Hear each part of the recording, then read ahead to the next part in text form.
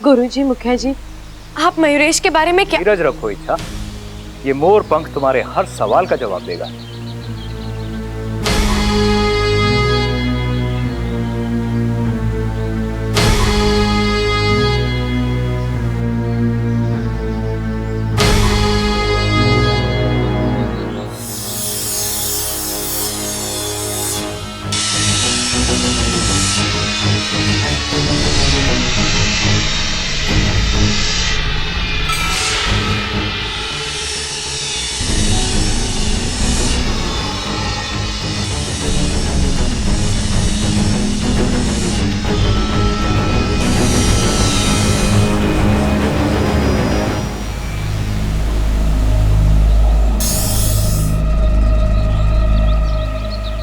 मोर और मोरनी का एक बड़ा प्यारा सा जोड़ा था।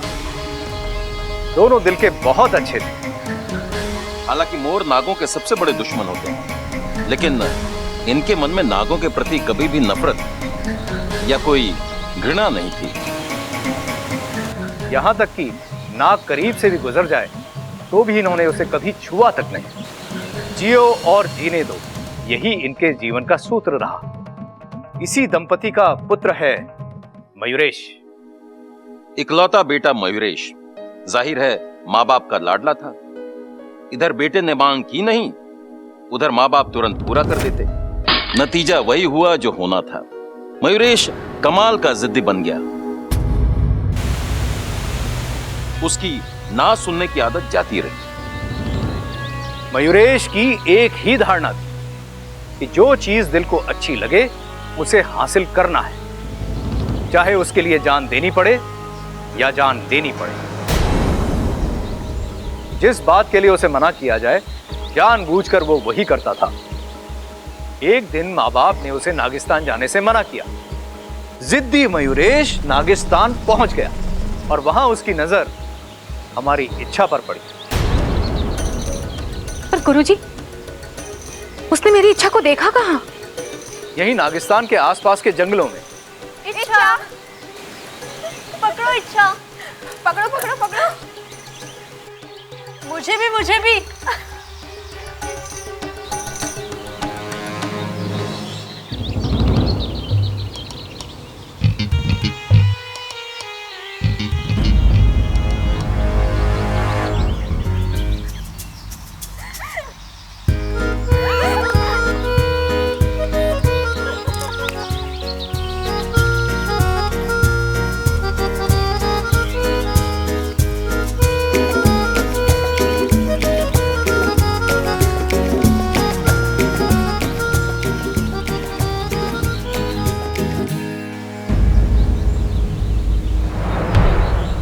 अपने इच्छा की खूबसूरती देखकर वो सम्मोहित सा हो गया। अब दिन रात उसके ख्यालों में सिर्फ इच्छा आने लगी। उस दिन जब तुम सब चंद्रमोहन तालाब के किनारे बैठकर आपस में बातें कर रही थी,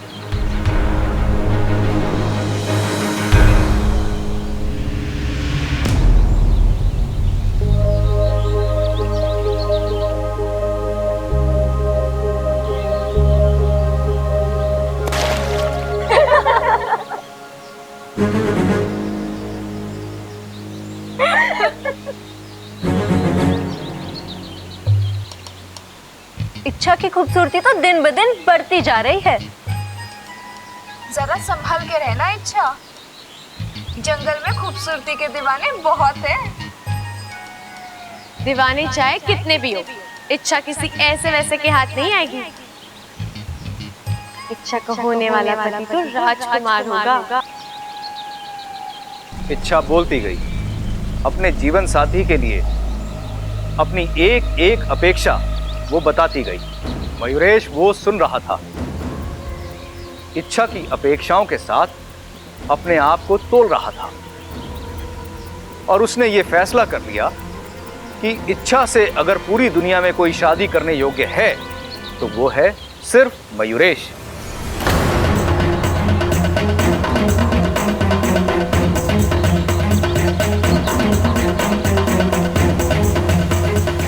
अब मयूरेश इच्छा से मिलने का, उससे बात करने का मौका ढूंढने लगा, लेकिन वो मौका उसे मिला नहीं।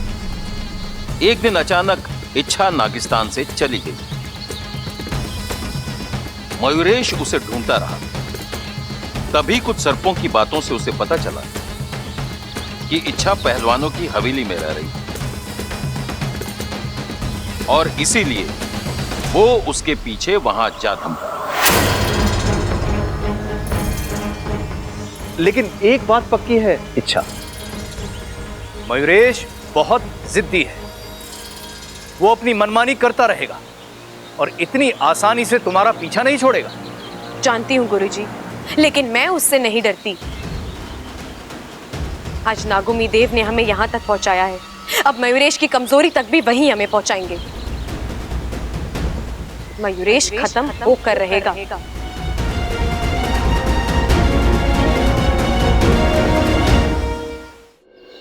अरे क्या बात है दादी, मयूरेश ने क्यों बुलाया हमें यहाँ? अरे मने के पता, मैं भी तो अभी आई हूँ। शादी के बारे में बात करनी होगी उसे। अरे हाँ दादी, बिल्कुल सही बोल रहे तू। आजकल शादी ब्याह का बड़ा जोर है हरियाणा में। एक मुझे छोड़ के बाकी सभी की हो रही है। दादी, वैसे ये मयूरेश कौन है? अरे वो तेरे अम्मा के फुफेरे भाई की मौसेरी नाती है ना, उसका चचेरा भाई है यो। ओ, मतलब बड़ा करीबी रिश्ता है। फिर तो ठीक है। ये भाई साहब कौन है?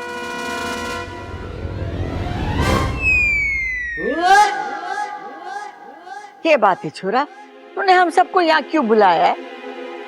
दादी जी, एक खुशखबरी देनी है। मुझे अमेरिका में नौकरी मिल गई।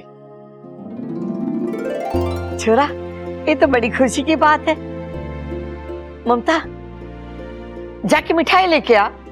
दादी जी, मिठाई तो मैं खिला ही दूंगा, लेकिन एक समस्या है। समस्या? दादी जी, मुझे 3 दिन में अमेरिका जाना है। 3 दिन बाद? जी, कंपनी की शर्त है, ज्वाइन करना है तो अभी करो, वरना नौकरी हाथ से गई। इसका मतलब तो ये हुआ छोरे कि तेरे पास बहुत कम दिन है। जी अंकल जी, इसीलिए मैं सोच रहा था कि अगर जाने से पहले मेरी और इच्छा की शादी हो जाए तो।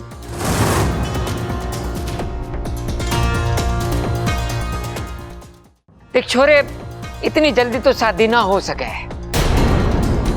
अंकल जी, अगर मेरी इच्छा से शादी हो जाती है तभी तो मैं उसको अपने साथ ले जा पाऊंगा, और मैं दोबारा कब आऊंगा मुझे पता नहीं, और शादी कब होगी। इसीलिए अगर आप सबकी हाँ हो तो मैं अपने माजी पिताजी को बुला लूं। 1 मिनट, तुम्हें नौकरी मिली, अच्छी बात है, उसके लिए बधाई हो। लेकिन ये 3 दिन में शादी, वो तुम भूल जाओ। बबल तू। अरे दादी, ये कुछ भी कह रहा है। हम इसे ठीक से जानते भी नहीं है, तो इच्छा के साथ शादी कैसे करा दे? अगर आप सब भूल गए तो आपको फिर एक बार याद दिला दूं, इच्छा ने पहले ही इसे शादी के लिए ना कहा है। हाँ। बबल, बात तो तू सही कर रहा है। ममता, जाके इच्छा को बुला ला। जी दादी जी। देख छोरा, इच्छा की मर्जी जानना बहुत जरूरी है। अगर उसकी तरफ से हाँ है तो ठीक है, और अगर ना है तो हम उसकी मर्जी के खिलाफ नहीं जा सकते। दादी, इच्छा तो कमरे में नहीं है। ना है? प्रबल सबल, जाके ममता के साथ ढूंढना वो कहाँ है।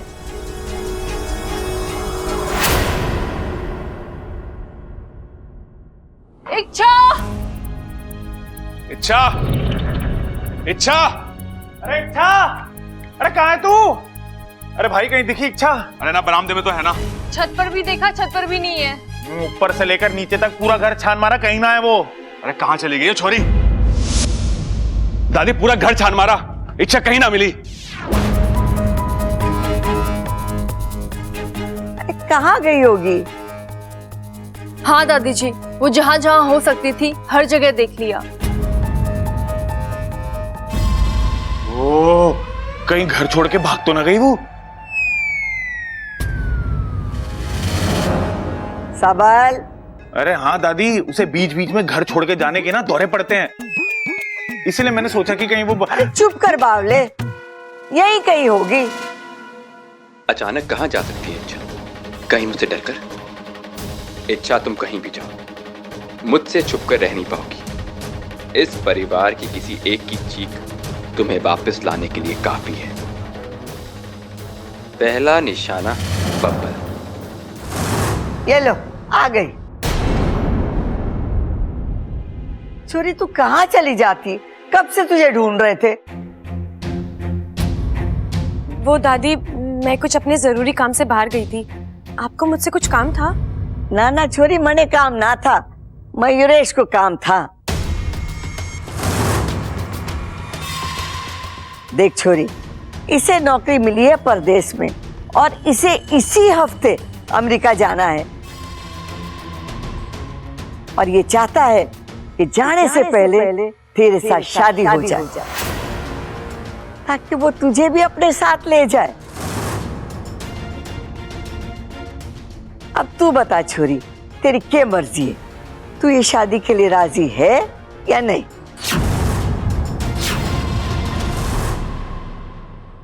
दादी, मुझे ये शादी मंजूर है।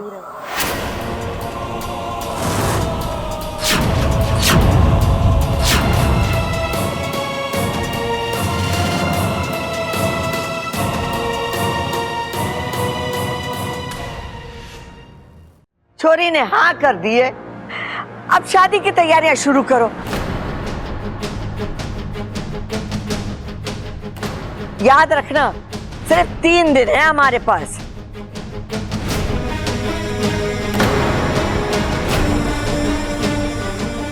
ये छोरा, तू अपने माँ बाप को भी बुला ले।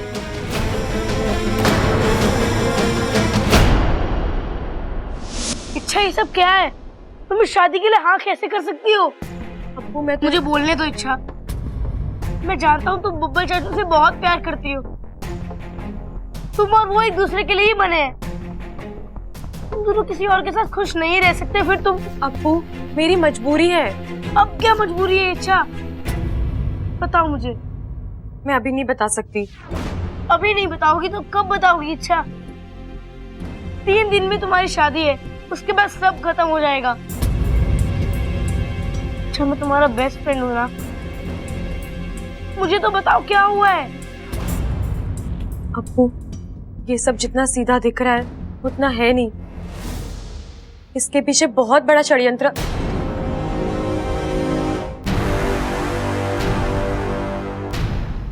अब्बू, मैं तुझसे बाद में बात करती हूँ, ठीक है? तू अभी जा।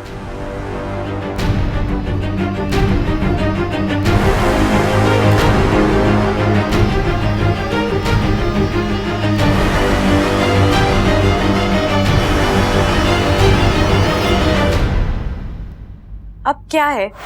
अब तो मैंने शादी के लिए हाँ कर दी है।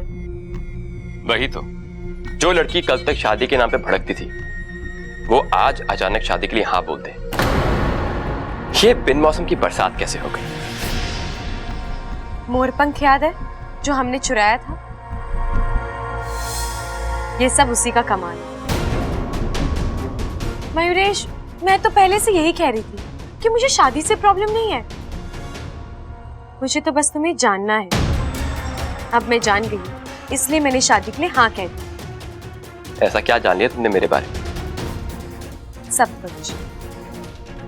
तुम्हारा प्यार, तुम्हारे जज्बात, मुझे पाने का तुम्हारा ये जुनून, किस तरह तुम अपनी जान जोखिम में डालकर मेरी एक झलक पाने के लिए नागिस्तान आया करते थे।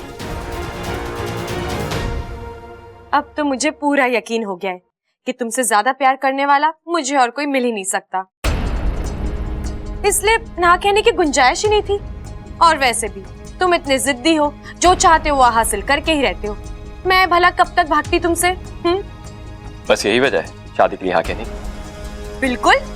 अब मेरे दिल में कोई शंका, कोई सवाल नहीं है। मैं दिल से शादी के लिए तैयार हूँ। लेकिन बस एक समस्या है मयूरेश। कैसी समस्या? तुम मोर, मैं नागिन, हमारी शादी कैसे हो सकती है? शादी एक मोर और एक नागिन की नहीं, तो इंसानों की।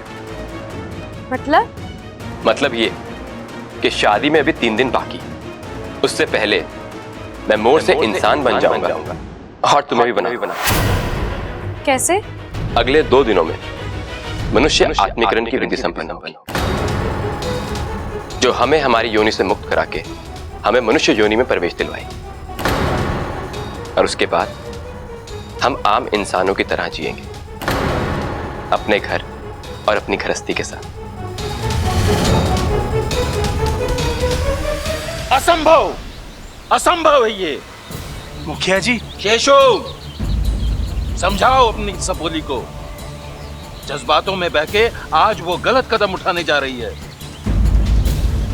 इच्छा को अच्छी तरह से पता है कि मयूरेश एक मोर है, युगों युगों से हमारा दुश्मन है। इच्छा उससे शादी करने की बात सोच भी कैसे सकती है?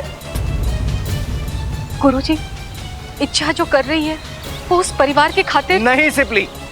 कोई परिवार, कोई रिश्ता अपनी जाति के मान सम्मान और अस्तित्व से बड़ा नहीं होता। अच्छाई अपनी जगह है, जाति के नियम अपनी जगह। आज तक इच्छा ने उस परिवार के लिए जो कुछ भी किया, नागिस्तान के हर नाग ने उसे दिल से प्रोत्साहित किया और जरूरत पड़ने पर उसकी मदद भी की है। लेकिन आज इच्छा जो कुछ भी करने जा रही है वो गलत है। मुखिया जी, मैं, आप, हम सब ये जानते हैं कि इच्छा कभी कोई ऐसा काम नहीं करेगी जिससे नागिस्तान को शर्मिंदा होना पड़े। बस हमें उसे थोड़ा वक्त देना होगा, उस पर भरोसा करना होगा।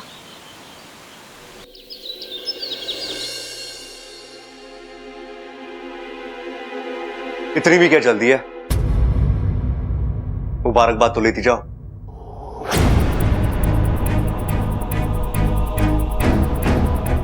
शादी मुबारक हो इच्छा।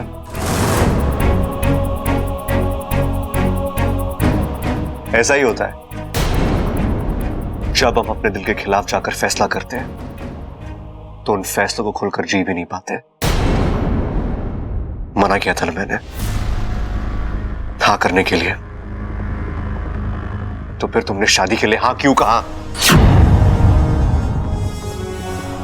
ना करने की कोई वजह ही नहीं थी। मयूरेश अच्छा लड़का है, पढ़ा लिखा है, सुलझा हुआ है,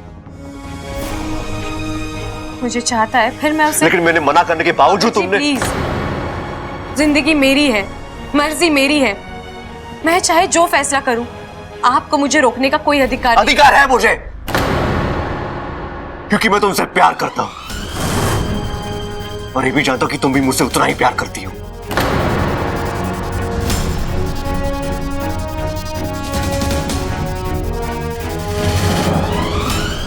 देखो इच्छा, तुम ये सब बंद कर दो।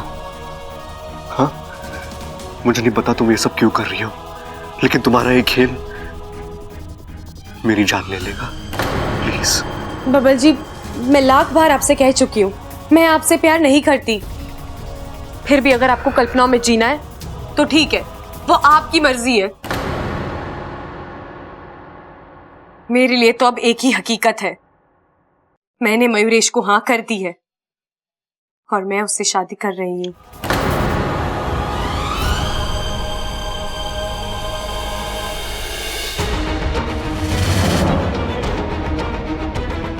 नहीं, तुम ऐसा नहीं कर सकती। प्यार एक से, शादी दूसरे से। इच्छा, तुम एक साथ 3-3 जिंदगियां बर्बाद कर दोगी। फिर वही बात, मैंने कहा ना, मैं आपसे प्यार तुम मुझसे प्यार करती हो और इस बात के एक नहीं सैकड़ों सबूत है मेरे पास। इच्छा, तुम शायद भूल गई हो, लेकिन मुझे एक एक चीज याद है। जब तुम इस घर में आई थी, कैसे तुमने मुझे। बचपना था, कुछ पलों के लिए मुझे गलतफहमी हो गई थी कि आप मेरा प्यार है, लेकिन अब मुझे ऐसा नहीं लगता। आप में और मुझ में, हमारी सोच में, हमारे रहन सहन में बहुत फर्क है। हम दोनों एक दूसरे के लिए नहीं बने हैं बब्बल जी, ये बात मैंने स्वीकार कर ली है और जितनी जल्दी आप इस बात को स्वीकार कर लें आपके लिए सही होगा।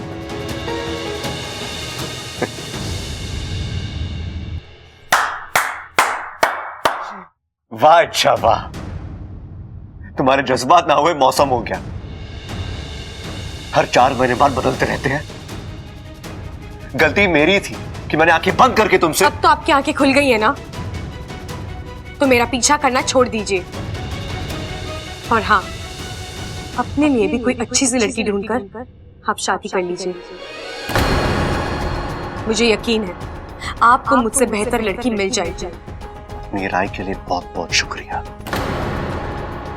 लेकिन आज एक बात साफ हो गई।